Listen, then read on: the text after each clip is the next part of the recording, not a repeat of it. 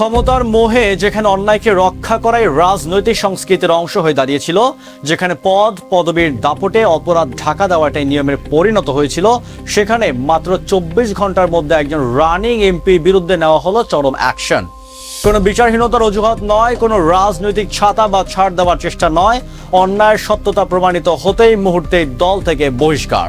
এটাকে শুধু সাধারণ কোনো রাজনৈতিক সিদ্ধান্ত, নাকি এটা এই বাংলার নতুন এক নৈতিক বিপ্লবের সূচনা? আজ যে রাজনীতি অপরাধীদের ঢাল হয়ে দাঁড়ায়, যে রাজনীতিতে অপরাধী হলেও পদ টিকে থাকে, সেই নোংরা ইতিহাস ভাঙার সময় কি তবে এসে গেছে? আজ আমরা এমন এক সত্য উন্মোচন করব যা বাংলাদেশের প্রতিটি রাজনৈতিক দল, প্রতিটি নেতা এবং তরুণ প্রজন্মকে চিন্তা করতে বাধ্য করবে। ক্ষমতা বড় নাকি নেতার ক্যারেক্টার ও নেতার নৈতিক সততা বড়? আসুন ঘটনাটির রাজনৈতিক ও নৈতিক তাৎপর্য গভীরে গিয়ে বিশ্লেষণ করা যাক।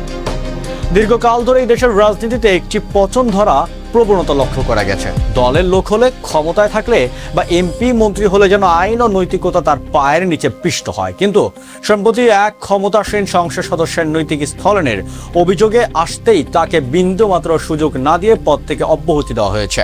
সিদ্ধান্তের বার্তা অত্যন্ত কঠোর এবং স্পষ্ট। অপরাধীর কোনো দল নেই, আর নীতিহীন ক্যারেক্টারলেস মানুষের জায়গা আমাদের দলে নেই। জামায়াত ইসলামীর আমির কিছুদিন আগে স্পষ্ট ভাষায় বলেছিলেন, অন্যায় আর আদর্শিক আন্দোলন একসাথে চলতে পারে না। আমাদেরও ভুল হতে পারে, আপনারা ধরিয়ে দিন, আমরা সংশোধন করব ইনশাআল্লাহ। এই ঘটনার মাধ্যমে প্রমাণিত হলো কথা ও কাজের অমিল। যেখানে রাজনীতির মূল বেধি, সেখানে অঙ্গীকার রক্ষা করা হতে পারে রাজনীতির আসল গুণাবলী।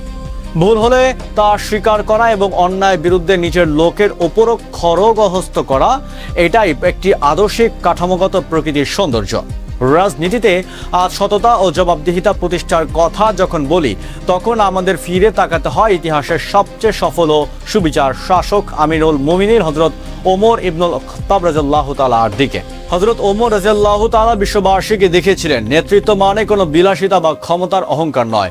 নেতৃত্ব হলো এক বিশাল আমানত ও চরম দায়বদ্ধতা। তিনি যখন খলিফা ছিলেন, তখন সেনাপতি হিসাবে রোমান ও পারস্য সাম্রাজ্য কাঁপিয়ে দেওয়া খালিদ বিন ওয়ালিদ রাদিয়াল্লাহু তাআলাকে যুদ্ধক্ষেত্রের মধ্যে থেকে সাধারণ সেনাপতির পদে পদবানিত বা বরখাস্ত করেছিলেন। কেন করেছিলেন? যাতে সাধারণ মানুষের মনে দাঁড়ানো দৃষ্টি না হয় যে বিজয় খালিদের শক্তিতে আসছে, বরং বিজয় আসছে আল্লাহর তরফ থেকে।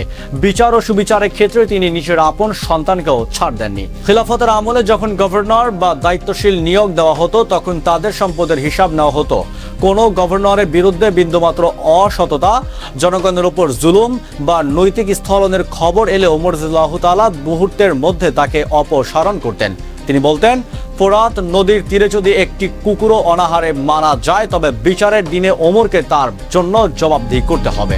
আজ বাংলাদেশের রাজনীতি দলগুলোর উদ্দেশ্যে আমরা বলতে চাই, আপনারা যদি সত্যিই এই দেশকে ভালোবাসেন, তবে হযরত ওমর রাদিয়াল্লাহু তাআলা সেই শাসন ব্যবস্থা ও সততার শিক্ষা থেকে শিক্ষা নিন। দল অপরাধীদের অভয়ারণ্য বানাবেন না। চাঁদাবাজ, মাফিয়া, দুর্নীতিবাজ আর চরিত্রহীনদের নিজের দলে আশ্রয় দিয়ে ক্ষমতার ভারসাম্য রক্ষা করার দিন শেষ। নিজের দলের লোক অপরাধ করলে যদি ওমর রাদিয়াল্লাহু তাআলার মতো কঠোর হতে, বিস্তৃত হস্তে বিচার করতে না পারেন, তবে আপনাকে দিয়ে কখনো এই জাতির কল্যাণ সম্ভব নয়। রাজনৈতিক দলগুলোকে আজ এই সাহসিকতার পরিচয় দিতে হবে, যেখানে দল বা পদের চেয়ে সত্য ও সততা থাকবে সবার উপরে। এই ঘটনা কেবল কোনো বিশেষ দলের সাফল্য বা ব্যর্থতা নয়, এটি আমাদের পুরো সমাজের জন্য এক বিশাল আত্মোপলব্ধি। আজ আমাদের তরুণ প্রজন্মের রাজনীতি থেকে মুখ ফিরিয়ে নিচ্ছেন কেন? কারণ তারা এতদিন দেখেছে রাজনীতি মানে দুর্নীতি, রাজনীতি মানেই ক্ষমতার অপব্যবহার আর অপরাধীদের রক্ষা করার নোংরা খেলা। তরুণ সমাজকে আজ জেগে উঠতে হবে। রাজনীতিকে ঘৃণা না করে রাজনীতিকে পরিষ্কার করার মানসিকতা গড়ে তুলতে হবে। নেতার অন্ধভক্ত না হয়ে তার চরিত্র, তার সততা এবং তার আমানতদারিতাকে বিচার করতে শিখুন। পবিত্র ইসলাম আমাদের শিখিয়েছে অন্যায়ের সামনে কখনো মাথা নত না করে এবং সত্যের পক্ষে অটল থাকা। যেদিন আমাদের দেশের প্রতিটি রাজনৈতিক দল তাদের নিজস্ব ভেতরের অপরাধীদের দল থেকে বের করে দেওয়ারই এই মানসিকতা প্রতিষ্ঠা করবে, সেদিন বাংলাদেশের কোনো দুর্নীতিবাজ টিকে থাকতে পারবে না। সেদিন এই জাতিকে উন্নত হওয়া থেকে পৃথিবীর কোনো শক্তি আটকে রাখতে পারবে না।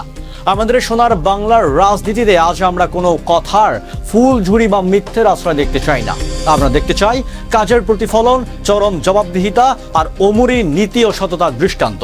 যে দল বা নেতাই অন্যায়ের বিরুদ্ধে এমন কঠোর অবস্থান নেবে, সচেতন নাগরিক হিসাবে সেই আদর্শিত পদক্ষেপকে সমর্থন জানানোই আমাদের কর্তব্য। কারণ পরিবর্তন কোনো অলৌকিক ঘটনায় আসে না, পরিবর্তন আসে এমন সাহসিক সিদ্ধান্ত ও নৈতিক চরিত্রের মাধ্যমেই। আসুন আমরা আমাদের অন্যায়ের বিরুদ্ধে সোচ্চার হই এবং সততা ও সুবিচারের পক্ষে নিজেদের অবস্থান সুদৃঢ় করি। আজকের মতো বিদায় নিচ্ছি, ঠিকই তবে যাচ্ছি না। খুব শীঘ্রই আবার দেখা হচ্ছে নতুন কোনো ঘটনা আর তার আড়ালের বাস্তব ঘটনা থেকে জীবনমুখী শিক্ষার বার্তা ছড়ে দিতে। কারণ ভয়েস অফ সুমনের উদ্দেশ্য একটাই, সচেতনতার জন্য, সুন্দর এক পরিবর্তনের জন্য। ধন্যবাদ।